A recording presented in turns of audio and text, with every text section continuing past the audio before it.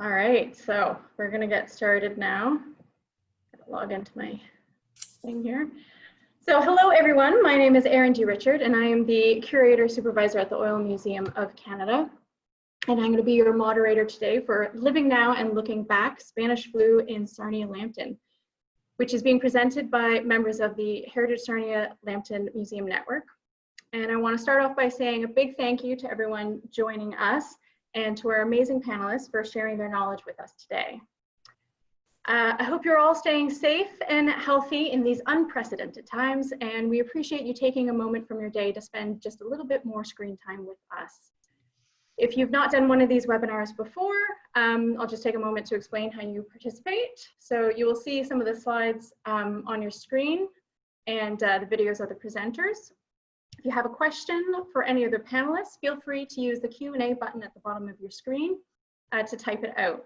You can ask your questions throughout the presentation, and we will do our best to answer as many as we can at the end.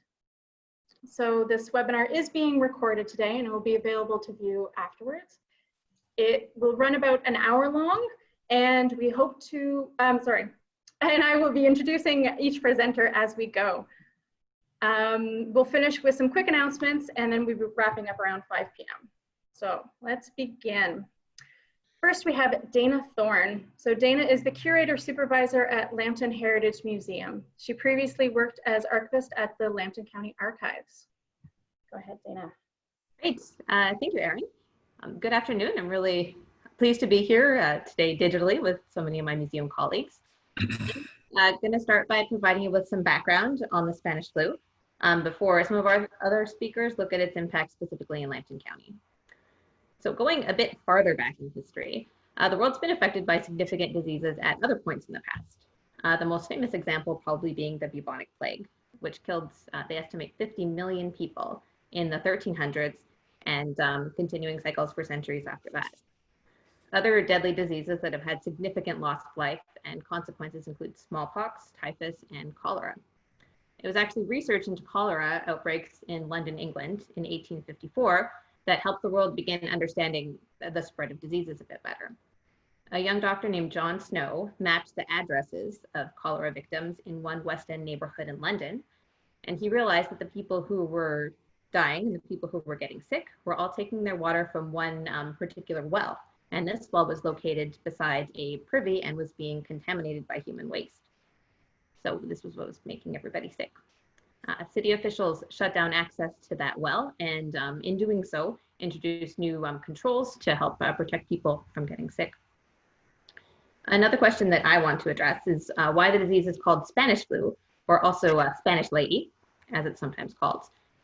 We've seen in this current crisis that some politicians are using racist terms like Wuhan flu or Chinese flu to villainize specific populations and lay blame for the disease.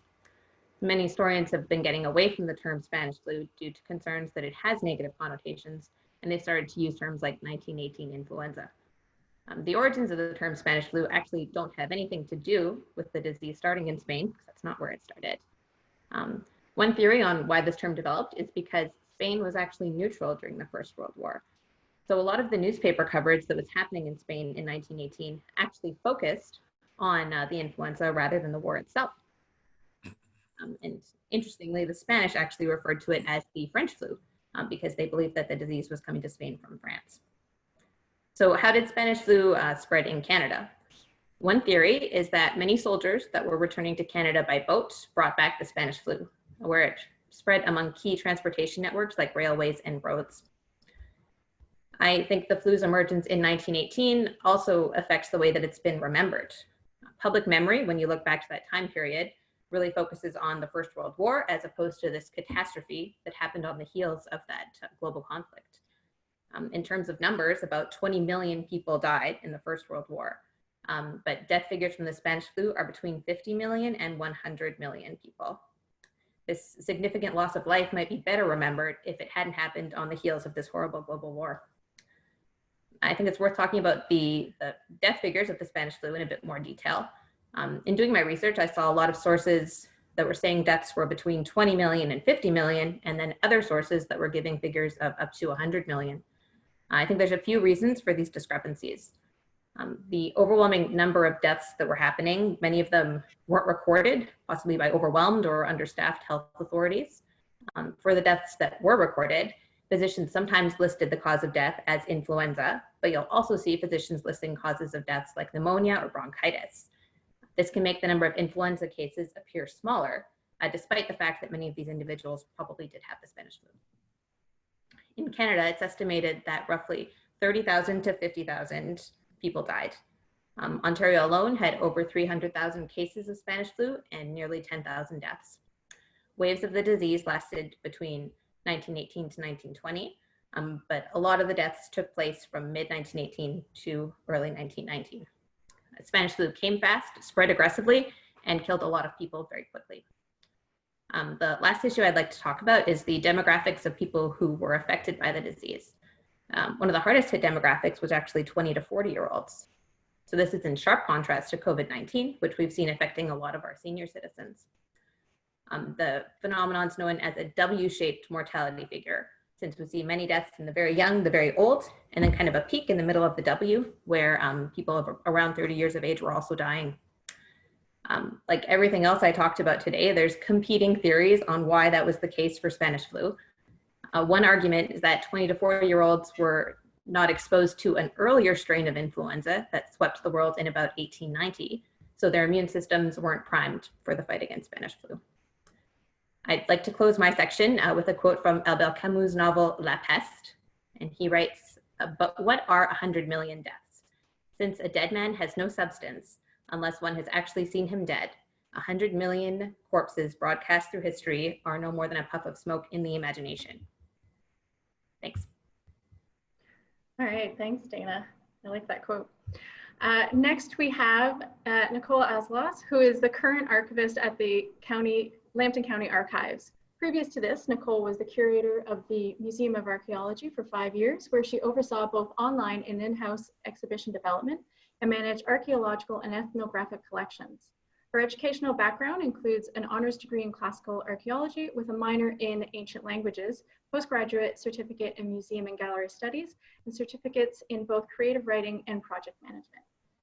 Go ahead, Nicole. Thank you, Erin. So I'm going to talk a little bit today about public health and the government response in regards to the Spanish flu in Lambton. So during the early days of the pandemic, the public was initially advised the flu to be less dangerous than that of other diseases such as the scarlet fever. Many of the municipalities felt this minimized the real danger of the influenza, and as a result, public view of the pandemic varied from place to place. It was reported in the Sarnia Observer that many members of the public took this threat seriously, while others disregarded recommendations to discourage the spread of the disease. Even then, others still viewed the disease as not contagious, and this was a perspective that some members of the community maintained even as the Spanish flu was ravaging the community around them. So talk a little bit about the symptoms. Although awareness of the symptoms were printed in the news daily, I wanted to share a poem that was published on October 31st, because it kind of sums it all up pretty nicely. So this was in the Sarnia Observer. If your limbs and shoulders hurt you with the pain right through your back, if your limbs and shoulders hurt you and your poor head seems to crack, if you're chilly as an iceberg or you feel so awfully warm, if you're sneezing or you're coughing and you know there's something wrong, stay in your bed, my friend, my neighbor. Don't give getting up a thought, because you have the influenza, though it's tough that you are caught. Get a doctor, that's the surest way of fighting the disease, and then you do just as he tells you, not just view as you please. Don't get nervous, afraid, or shaky. Those are things you shouldn't do, but just brace up like a soldier. It will help you change your view. And in a little time, my friend, though you've had the flu, you'll want to buy more victory bonds. Praise God, there's life in you. So this was during the time of the war. Overall, Lambton fared a lot better than many other communities, and many of those afflicted did experience a lot of mild symptoms.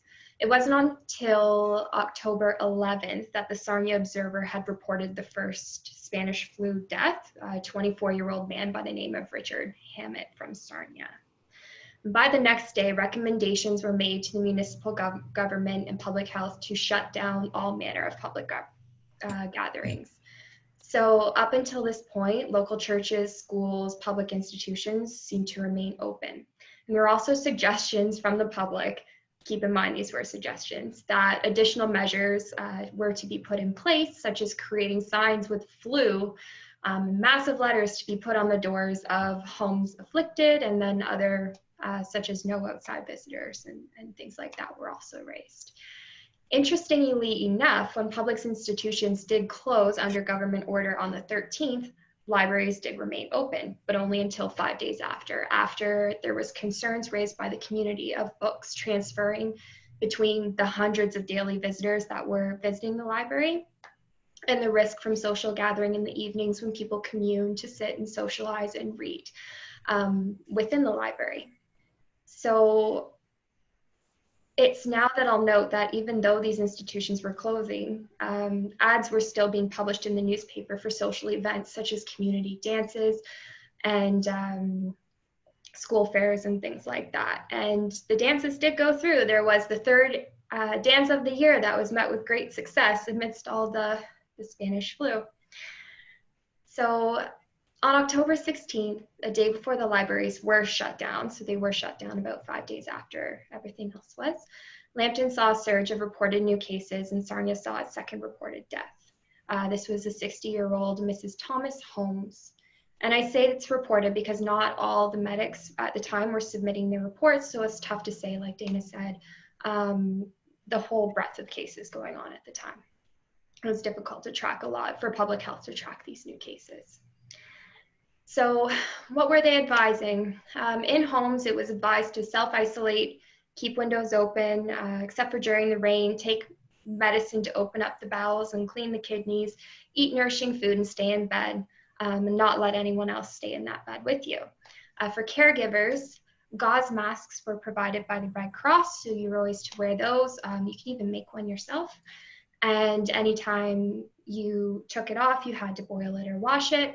Handkerchiefs that were used needed to be boiled or burned, and for workers that were still going to work, I was advised to walk to work, so not use any of the streetcars or trains because they were often crowded at the time, and not use common dishes or towels, wash hands, and avoid overexertion among all the other recommendations that were offered at the time. So with the surge in cases in October, panic was also setting in, and a lot of individuals were thinking that they had all of the symptoms and that death was waiting around the corner. This also includes an increase in news articles of paranoia, and one that I found that was November 4th was titled, "Is German Agent Spreading Influenza in the City?" So if you're curious, it was via poisoned candy bars that young children were finding on the street. So it did start to kind of diminish a little bit, but there was a brief resurgence when the war ended and brought everyone together for celebrations. So needless to say, social distancing was not maintained, and there was another spike in cases that lasted through the month of November. So the inability of the public health and the governments to prevent the spread of the pandemic across the country, it had led to a massive shift in the approaches to public health. And it began with the establishment of the Federal Department of Health in 1919. So in Ontario, the Provincial Board of Health was replaced by a larger Department of Health in 1924. And this actively oversaw the provision of mental and physical health services throughout Ontario. Old policies preventing epidemics were quickly replaced by programs intended to address these social behaviors that were seen as encouraging the spread of the disease. And this shift in disease management to disease prevention has laid the foundation for the universal healthcare system that Canada would enact for decades to come. So to end my portion of this segment, I want to share a poem that was popular during the time that some of you might know because it is still occasionally said today. And it goes, "I had a little bird, her name was Enza. I opened a window and influenza." Thank you. Thanks very much, Nicole. So now we have David McLean. David is a retired high school history teacher who taught for 31 years and is currently a volunteer with the Forest-Lambton and Clinton, Wyoming museums. He holds a honors BA in history from Huron College and a Bachelor of Education from Althouse Teachers College. Go ahead, David, and I will share my screen again. Okay, thank you. So before sharing what I will today, just to explain my personal interest in the topic of the Spanish flu. And it's primarily because both of my grandmothers, whose images I think will be showing up on the screen here. There they are. Both my grandmothers, Kathleen Liddell Malloy and Annie Laura McLean, were afflicted with the illness. Fortunately for them and for me, both of them survived the flu. Unlike a lot of their generation, it was a horrible period to be young, I guess, in those days, with the First World War followed right by the Spanish flu, and the young were the most infected, as we just heard. So anyways, now, although I'm here to represent the Forest Museum, the research I did for this webinar relates to the northeast corner of Lambton County, if you will, encompassing Plimpton, Bosanquet, and Warwick townships. I looked through local newspapers from the period for information, but I also checked out the death records for this area from 1918 to 1920 to see how many victims there were of the pandemic in our area. So newspapers and death records are my main two sources, and I'll give an example later of where those two types of sources actually intersected for me. So here are some things I found out. What the newspapers allow you to do is to get a sense, as we've had a sense from earlier presenters here, a sense of the ebb and flow of the pandemic through its various waves.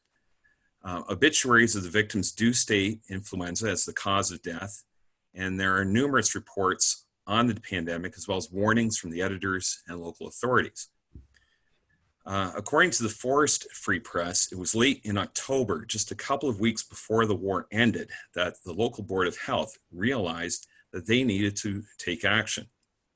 Unlike today, where much of the focus seems to be with what provincial and federal authorities are doing, back in 1918, it appears it was primarily local authorities that took charge. So on October 24th, the Free Press reported, and I quote here, "At a meeting of the Board of Health, it was decided to close all schools, churches, church meetings, pool rooms, moving picture shows, concerts, libraries, and all places where there's any congregation of people owing to the epidemic of Spanish influenza." In an article in the November 1st, shortly after the November 1st, 1918 edition of the Wofford Guide Advocate, discusses similar measures being taken regarding the outbreak in its community and offers some stern warnings to the populace. I won't read the whole piece, but I was somewhat amused by a warning given by the author to people visiting the post office. And if you live in a small town today and you get your mail at the post office, you'll be able to relate to this little piece here. So to quote, "Too much care cannot be taken, and the board should see that no unnecessary gatherings are allowed. It has been suggested, and we think very wisely, that people should not be allowed to congregate in the post office, waiting as some do 15 or 20 minutes while the mail is being sorted. There's no need for this unnecessary gathering of people, which is merely a habit. The flu this year is of such a virulent type that every possible precaution should be used to guard against its spread." And you see in other reports too, the warning about not spitting on the streets or other behaviors that might help spread the disease. Now, as mentioned, besides looking for newspaper references to the outbreak, I also searched through the death records for our area between 1918 and 1920. I have identified about 40 cases of death due to influenza in the area that includes the townships of Warwick, Plimpton, and Bosanquet. Now, for the first wave that came in the spring of 1918, there were cases of pneumonia, and they may not have identified it properly as being caused by influenza. But anyways, I was looking at cases where they specifically gave influenza as the cause of death. What I saw in the records is that there was little impact of the pandemic during its first wave in Canada, as I said, in the spring of 1918. However, the number of deaths in this area due to the flu rose substantially in the second wave during the fall of 1918 and winter of 1918-1919. During this wave, there were 20 deaths. And in the third wave, in the spring of 1919, there's only a couple of deaths, while the fourth wave in the spring of 1920 caused 18 deaths. And the average age, I calculated the victims through all these different waves of the pandemic was 34. Okay, and in terms of males, females, the numbers were roughly equal. So while searching through these cases, I took note of the age, the occupation, day of death, and causes of death, but also I noted the attending physician. And I really didn't have a reason for doing that at first, but I thought I'll note that, and I'm glad I did because it led to a little bit of a story here. One of the attending doctors in the Watford area was a Charles W. Sawyers. And as I went from one record to the next in the Watford-Warwick area, I periodically saw his name listed. So I was a bit startled then when I saw a death record for Catherine Sawyers. And you see her picture up on the screen here. It turns out that Catherine was Dr. Sawyer's wife. Catherine had succumbed after a week's illness on February 24th, 1920 to pneumonia as a result of contracting the flu, leaving behind her husband and 2 young daughters. After seeing this record, I searched through the Watford Guide Advocate and found the story reporting on her death. So I'll just read a little piece of that here. Seldom has this community been so shocked as it was Tuesday evening when the news spread that Mrs. Sawyers, wife of C.W. Sawyers, MD, had passed away at her home on Ontario Street. The fact of her serious illness from that dread disease, pneumonia, was not generally known until a day or two before her death, and the sad tidings were therefore a sudden shock to many. Her illness was of about a week's duration. Mrs. Sawyers passed to her reward in the full bloom of womanhood. She was a model wife and mother of an exceedingly affectionate disposition, bright and winning in her ways. Her circle of friends was large, as all admired her beauty of character.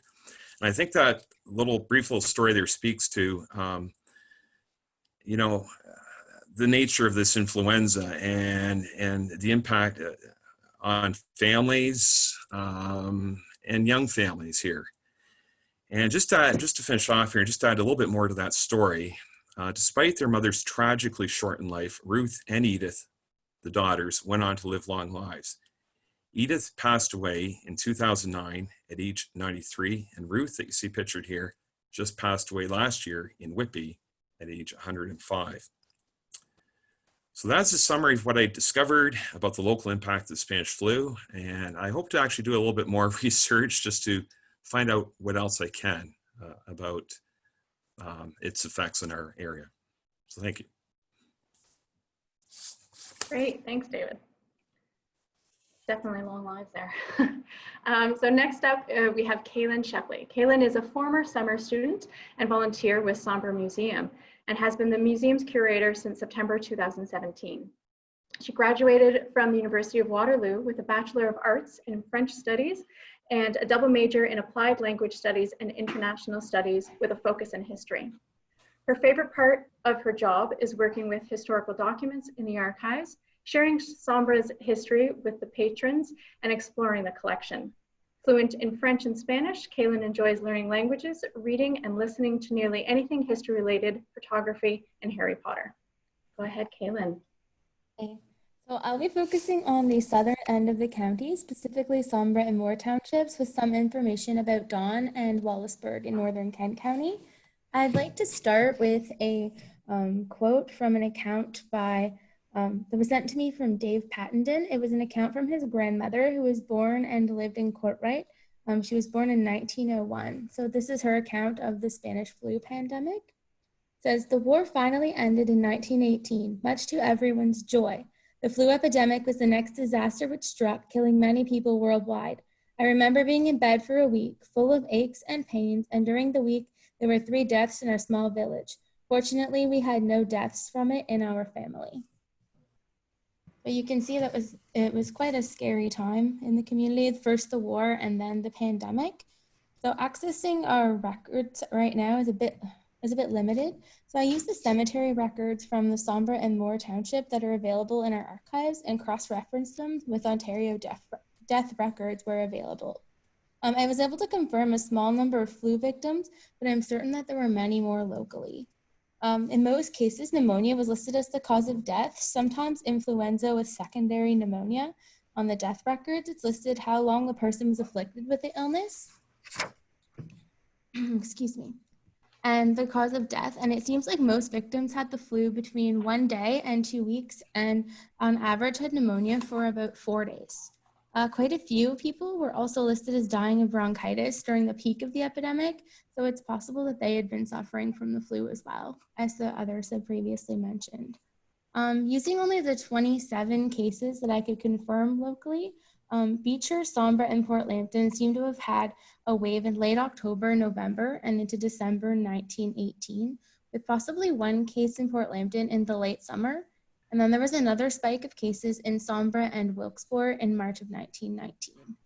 Similarly, in Moore Township, they saw cases in the late fall of 1918. According to the Moore Township School Register, schools were closed from mid-October to mid-November 1918 and opened 2 weeks late in January of 1920, sorry. The greatest number of deaths seems to have occurred between January and May of 1920, actually, so a little bit later than in other areas in the county. There were some deaths in Sambra, but in the Beecher area, which is east of Port Lambton along the Campbell Road, was especially hard hit in our township. In Moore Township, so a little more north, Corunna and particularly Courtright were the most impacted. Death records in Dawn Township also revealed that many people there in their 20s and 30s died in February of March of 1920. Although overall, it seems like the northeast of the county was much more affected than our area. And I have to say thanks to Alan and to Henry Van Haren for providing cemetery records for 1918-19 for Riverside Cemetery in Wallaceburg. It's only through these records that we could see the devastation locally from the Spanish flu. Many locals attended hospital and were buried in Riverside there, and the cause of death is listed for those interred on their records. So it makes it a little easier to see just the scope of deaths. It was with these records that I found in April and May 1918, there were several deaths from pneumonia, but between October 14th and November 10th, literally dozens, almost every person, in fact, listed in the records for the cemetery died of pneumonia or influenza. Around October 24th was the worst, over 10 people that day.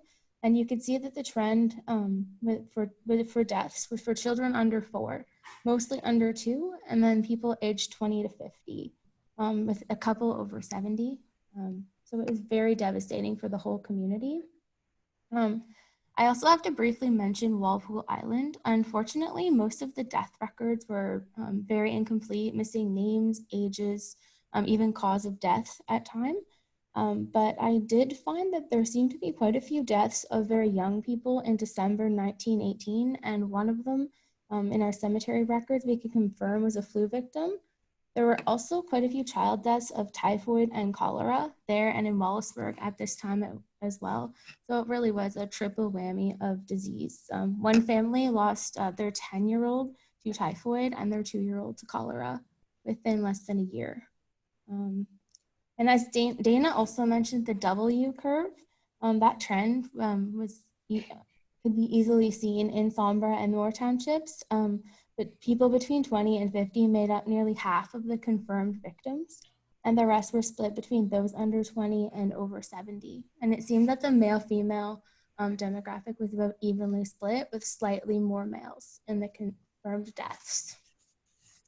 One interesting thing that I found too was that deaths due to meningitis in children under 2 seemed to be relatively common during the pandemic, as were heart failure, both in the elderly and in children, so under 10, which seemed kind of odd that these children would be suffering from heart failure.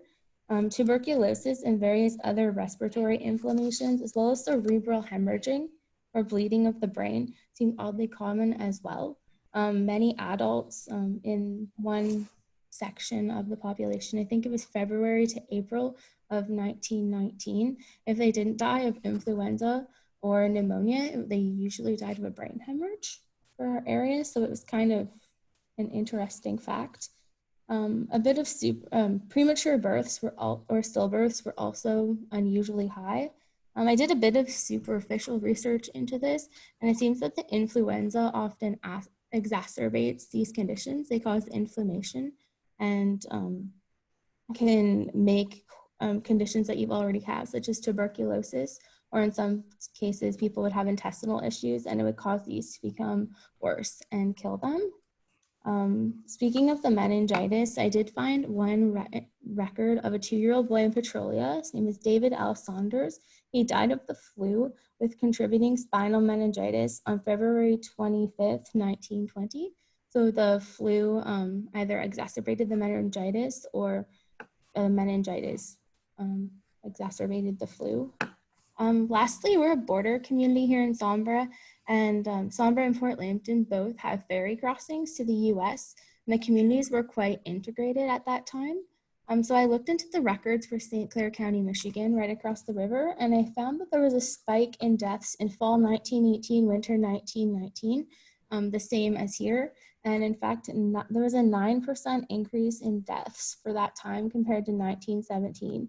So it hit them quite hard as well.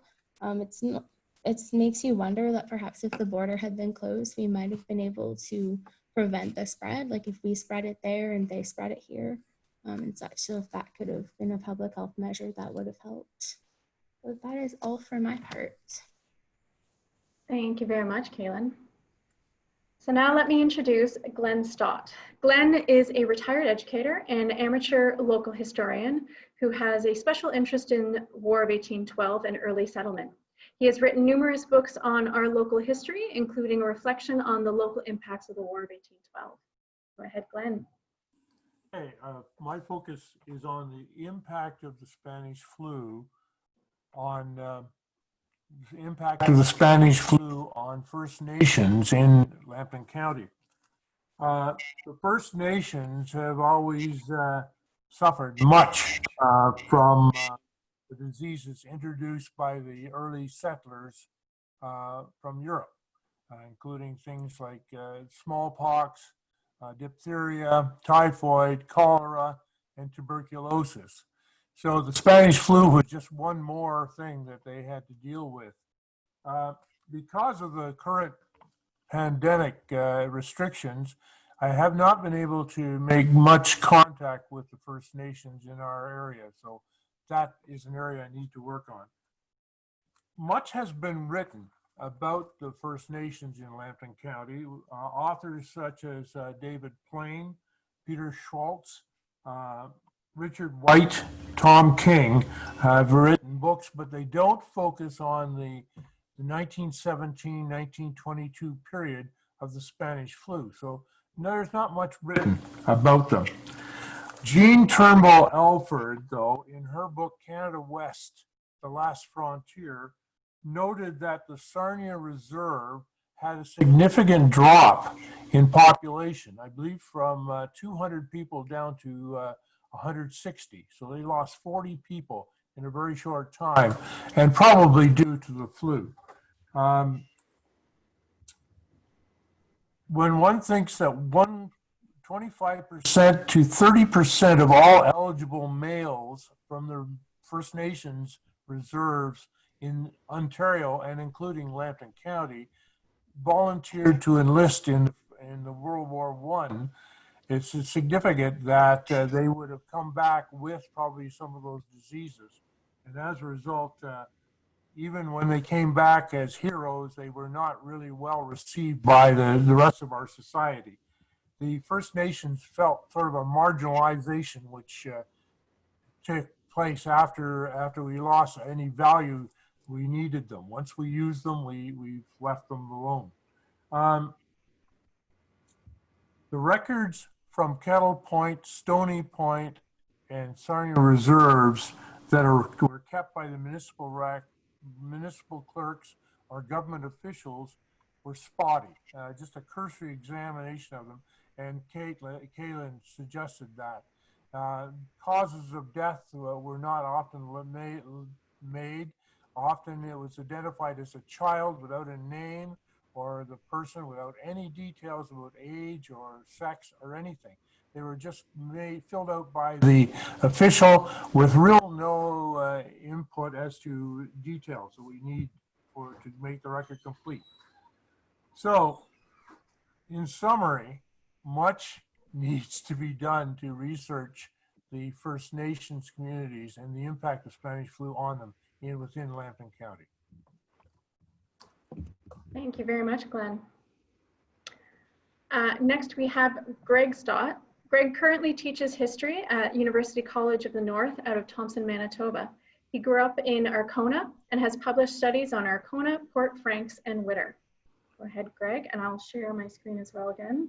Okay, thank you. When I was engaged in my doctoral research close to 20 years ago, I did some oral history projects, and I interviewed several people in the Arkona area with regard to all kinds of issues, but in particular, some of them focused in on the Spanish flu.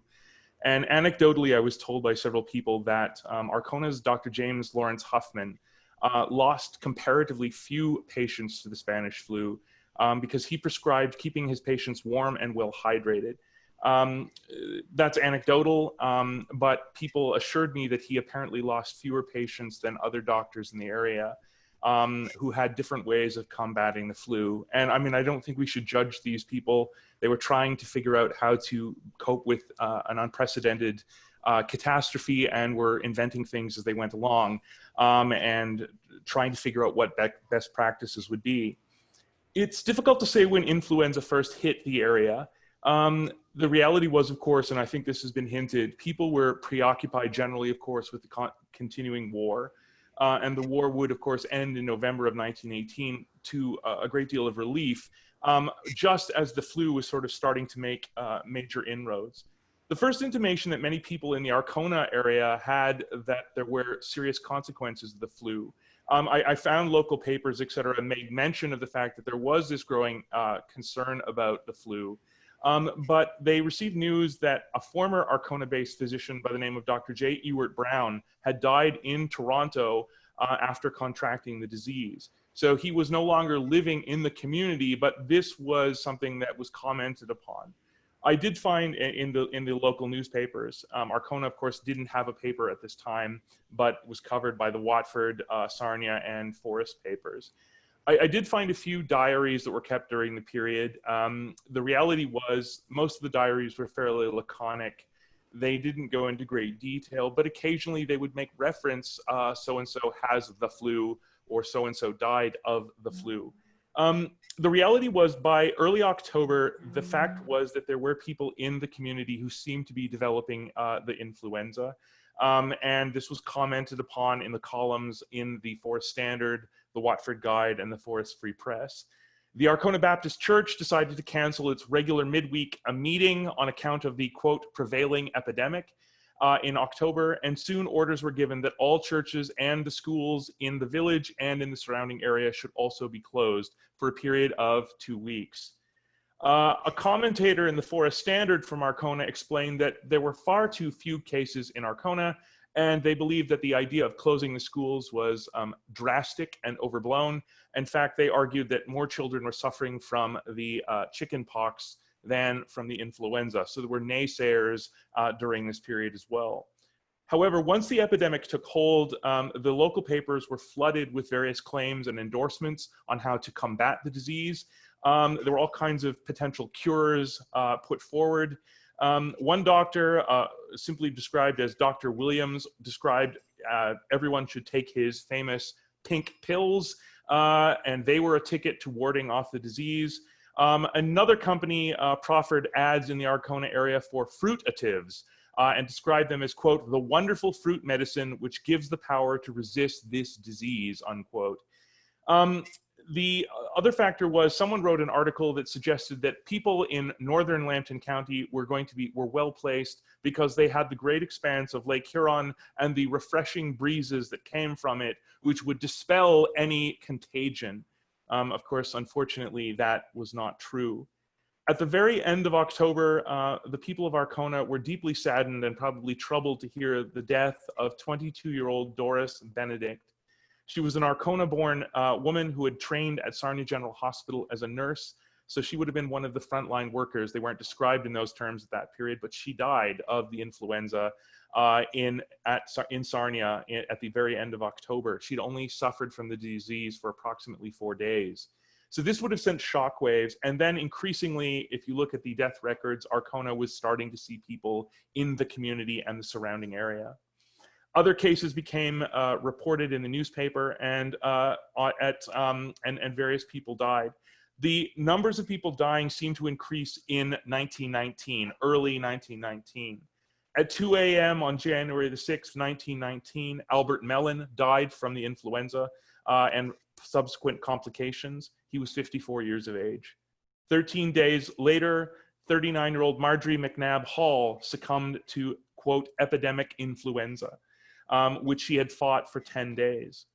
And so the cases were there. And as I said, some 20 years ago, when I was doing my doctoral work, I spoke to several community members, and they were alive during the time. And they were mostly children, of course, but they talked about the sort of fear. Some of them talked about the fact that their parents tried to sort of shelter them to a certain extent, but they were aware of the fact that this was very real, and it was something that was quite frightening to many of them. One family just across the county line in Middlesex County, the McClellan family, were expecting a baby in early 1919, and they were also stricken with the influenza. So they have a child on the way and an entire family who was potentially in jeopardy. And as a result, they turned to an Arkona resident by the name of Myrtle L. Dunham, who is pictured here. Myrtle was a 32-year-old. She had grown up, was born and raised just north of Arkona. And she had spent some time on Vancouver Island housekeeping for one of her brothers. She'd returned to Arkona in 1917, and she lived with various relatives, and she seems to have been sort of a person who would go from place to place where she was needed, helping families out and so on. So in early 1919, just around the time of her 32nd birthday, she went to help the McClellan family. The baby was born. She apparently helped the doctor during the delivery, and the family asked her to name the child, and she named him for her brother who lived on Vancouver Island.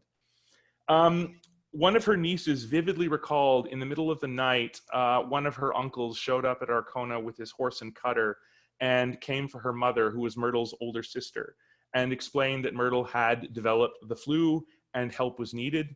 So the sister, Mabel Austin, was bundled into the cutter and made the journey to the farm where Myrtle was kept. A doctor was called, and ultimately the doctor prescribed fresh air as the best way of combating the disease. Keep in mind, this was January of 1919. Yes, there was plenty of fresh air, but it was bitterly cold. And so the doctor stretched cheesecloth over an open window, and Myrtle Dunham was left in the bed with only thin covers, while her sister nursed her sitting wrapped in a fur coat at the foot of the bed. Unfortunately, Myrtle's symptoms worsened, and ultimately she succumbed to pneumonia on January the 31st, 1919. The Arkona undertaker and her older brother were dispatched to come and fetch the body.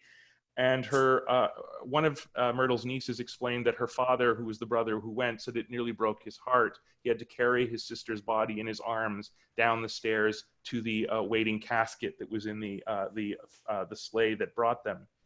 The body was then returned to Arkona, and a funeral was arranged. And it's interesting, a full-fledged funeral was held at the home of Myrtle's sister, Mabel Austin, and most of the members of the extended family attended the funeral.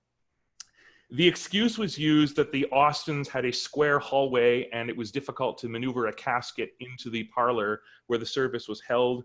And so the body was kept in the laundry room below in the basement. Although one of her nieces confided that she suspected the reality was that there was a fear of contagion, which meant that the body was kept down in the basement. Nonetheless, the mourners still filed past the casket at the end of the service, and the body was then taken across the road and interred in the family plot at the Arkona Cemetery.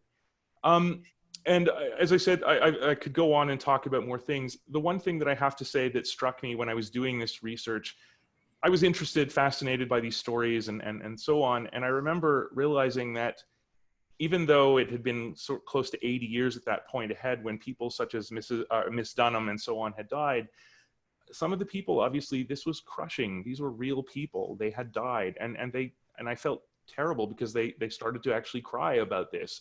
And yes, it was 80 years before that, but obviously these were wounds. These were people who had died. They had lost loved ones and so on. And so the wound, I mean, time heals all wounds supposedly, but I mean, it was still visceral and a very real emotional response for many of these people.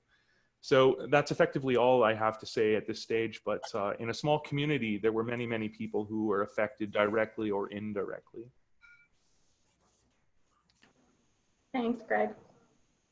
Finally, we have Alan Campbell. Alan is a passionate genealogist, family historian, and is the author of several family histories and numerous articles and blogs about genealogical researching and recording.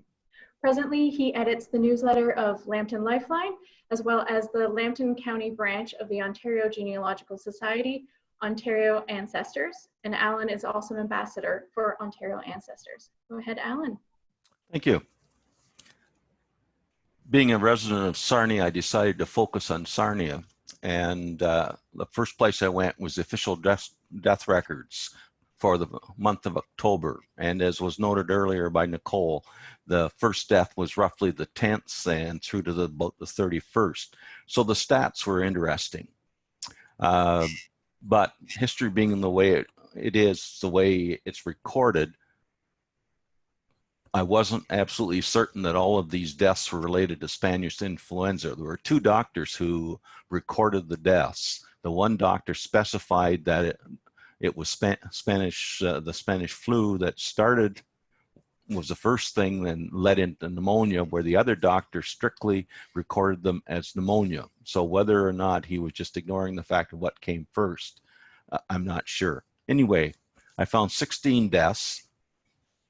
5 of the deceased were under the age of 20, one as young as 8. 5 of the deceased were between the ages of 20 and 30. 4 of the deceased were between the ages of 30 and 40.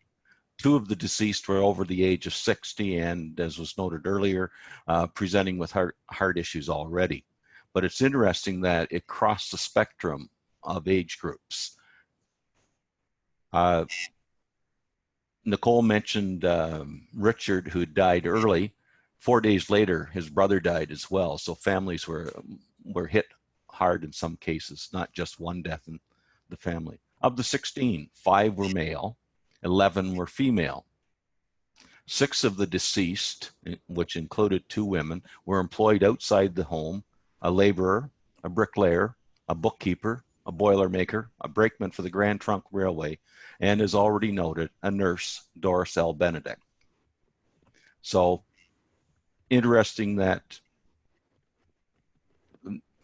wondering, I guess in my mind, wondering just whether it was exposure outside the home that created the problem, or how it was spread, because it seemed that homemakers were caught too, but not their husband in the case, who was probably out working.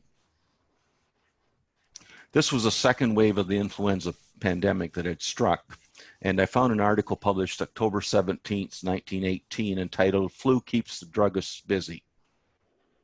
And the reporter noted that druggists of the city are doing the largest volume of business at the present time that they had ever done in all the time they have been dispensing to the public of Sarnia.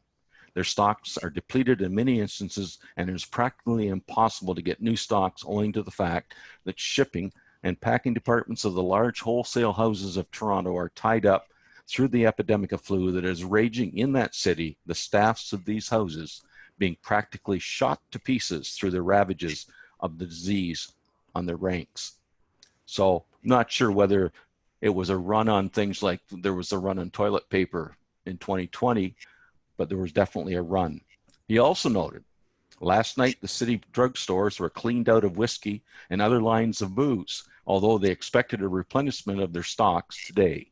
Prescriptions calling for whiskey and castor oil are being filled at a rapid rate.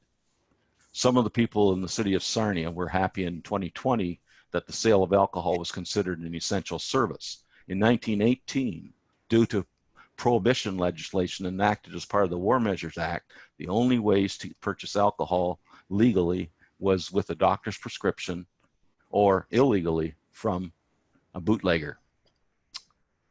My only comment in this situation, it must have been a lot easier to get in to see a doctor in 1918.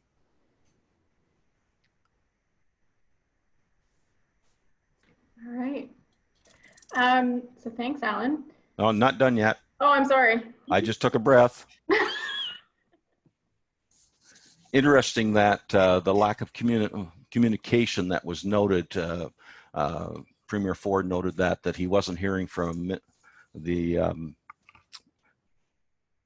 local communities about number of deaths. And on October 22nd, it noted that the physicians of the city apparently disregard the request to send in a statement of the cases that are being treated by them, and it is not compulsory under the Provincial Health Act.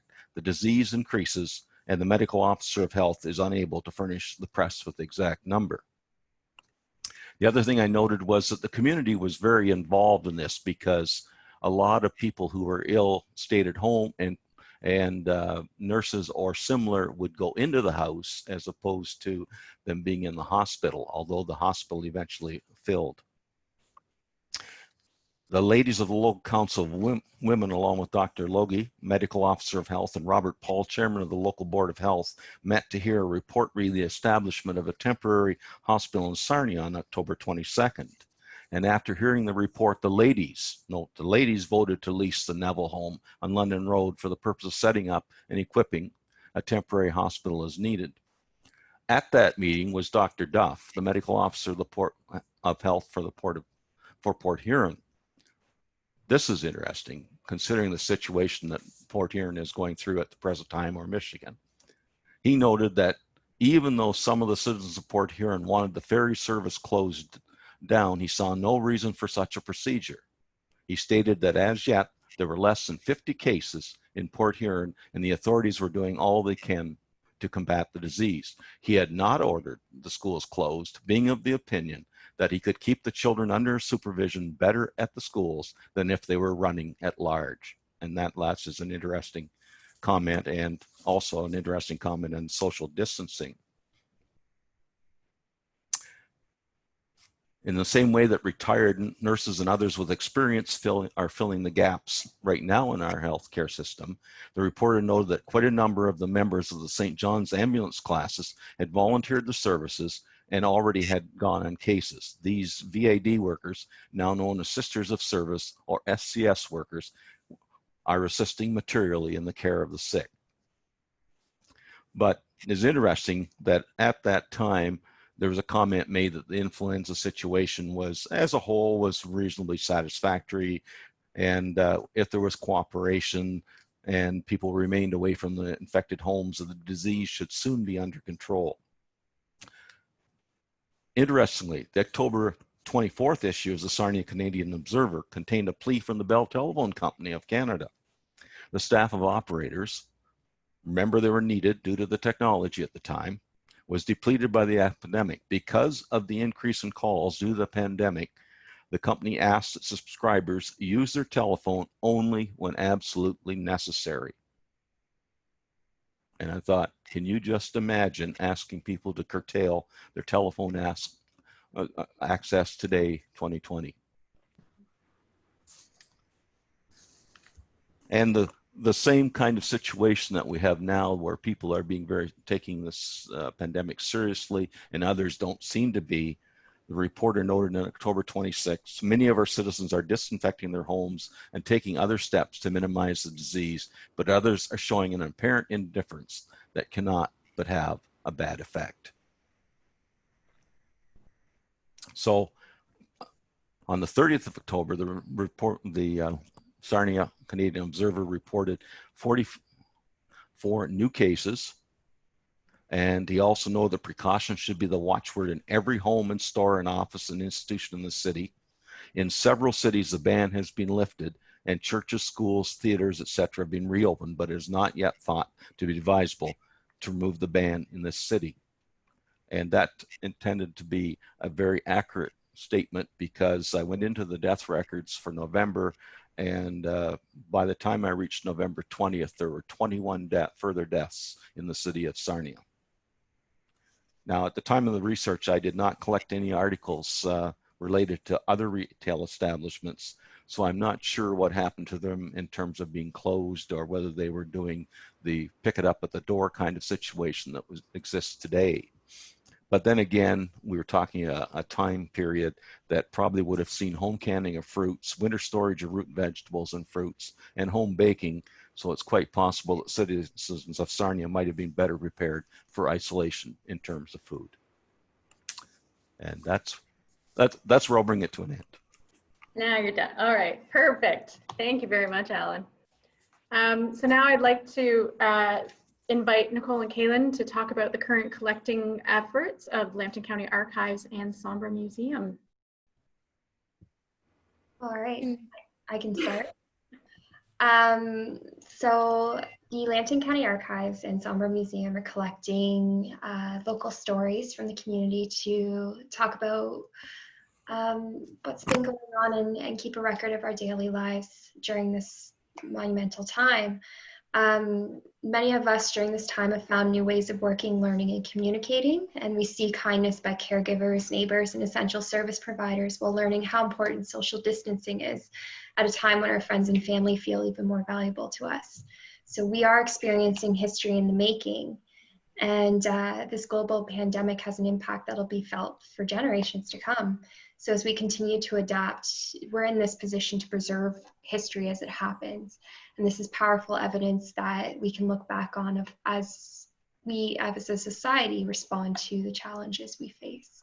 So we've had a few submissions already with the archives, and even simple things like first trip to the grocery store and the lack of toilet paper, or the other day eggs were completely out, and the rise of baking in our homes and keeping busy and all of that. So we're really encouraging these stories. And even with schools, how has education changed during this time? How are students now working online? And with essential services, how have their jobs changed during the time? What has been put in place to help protect not only them, but the patients and families as well? So that's what we're looking on collecting. If you have anything to share. In addition to that, a picture says 1,000 words. So we're also looking for photographs of like those X's on the floor at the grocery store, or signs telling you have to wear a mask to go to to pick up food at the restaurant or something like that. If you want to know how your world looks different, as well as how you have to act and adapt to the changes to cope with COVID-19. Excellent. So we did have a couple of questions that came through. Oh, I'm going to. The first one, oh, they seem to have moved around. There's one question, did influenza, I don't know if you guys will know this, did influenza hit every country or just developed countries? We know. I'm pretty sure it was like a worldwide phenomenon that it impacted everywhere. How many people lived in Lambton County at the time? That's a good question.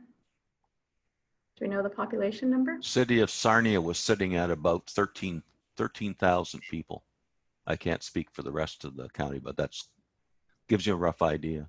Ontario had just under, in 1921, Ontario had just under 3 million, and it's estimated that Ontario-wide 10,000 died, but they think that estimate is low. So that's not specific, but it gives you a sense of the numbers. And someone else said, other than David, who mentioned having family members being affected by this, they're wondering if anyone else had any family members that they know of. Yeah? Yes.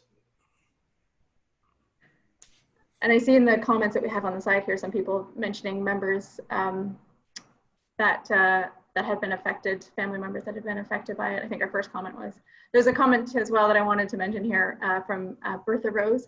My aunt, Watford Rural, had lived in London during the epidemic. She used eucalyptus oil in a patch hung around her neck, and she did not get the flu when many others died. When she was younger, in the commenter, in her 90s, in her 40s, her aunt still used this method of the eucalyptus oil to wear around her neck when she had respiratory issues. So It's gonna be a run on eucalyptus oil now. In Lambton County. Lambton County. Yeah. Sorry. Does Donald Trump know that? Yeah. All right, so I know we are at 5:01, but I do have some announcements if you can stick around for a moment, everyone, that some things that we've been working on. So although our museums and archives remain closed at this moment with no definite date for reopening, we want to share with you some of the projects and programs that we have cooking up behind the scenes in anticipation of opening our doors and welcoming back all of you in whatever capacity that might be in the future. So Lambton Heritage Museum, their featured 2020 exhibit is Capturing the Moment, Photography in Lambton County. And they will be hosting a traveling exhibit from the ROM later this year called Listening to the Night, Bats of Ontario. And right now, the Grand Bend Farmers Market is on site at the Lambton Heritage Museum every Wednesday from 8 a.m. to 1 p.m. in spite of the museum closure. Sandburg Museum has several projects on the go at the moment. One of the first they call the Memory Project, wherein museum volunteers record interviews with elders and long-term residents of Sambra and St. Clair Township. The recordings will be stored in the museum's archives as an oral history of the community to share with generations to come. And they are asking for participants to take part in this exciting project.